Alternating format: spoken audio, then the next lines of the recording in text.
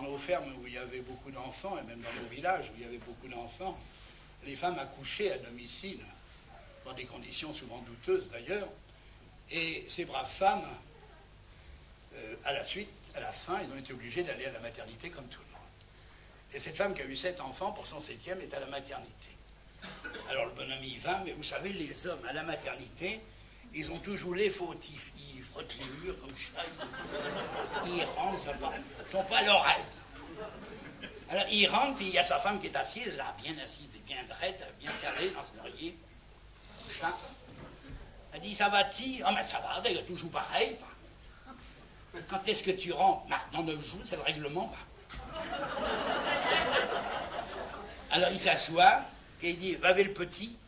Il va vers le petit, c'était un petit rouquin.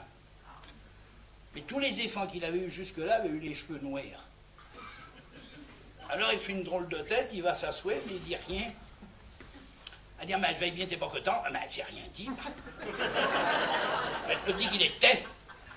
Peut dire qu'il était, même qu'il n'est pas de main, on l'élevera, puis tout, pour la peine de faire l'histoire. Et puis il se retire, les années passent, ils ont élevé l'enfant, puis il arrive au moment de mourir, alors le bonhomme est là sur son lit de mort, et puis il y a sa femme qui est à côté, elle dit, mon pauvre père, on va se quitter, tout ça. Il dit, oui, mais tu vas une fois te dire une chose, ma petite main. Je serais heureux si tu me disais la vérité pour le petit rouquin.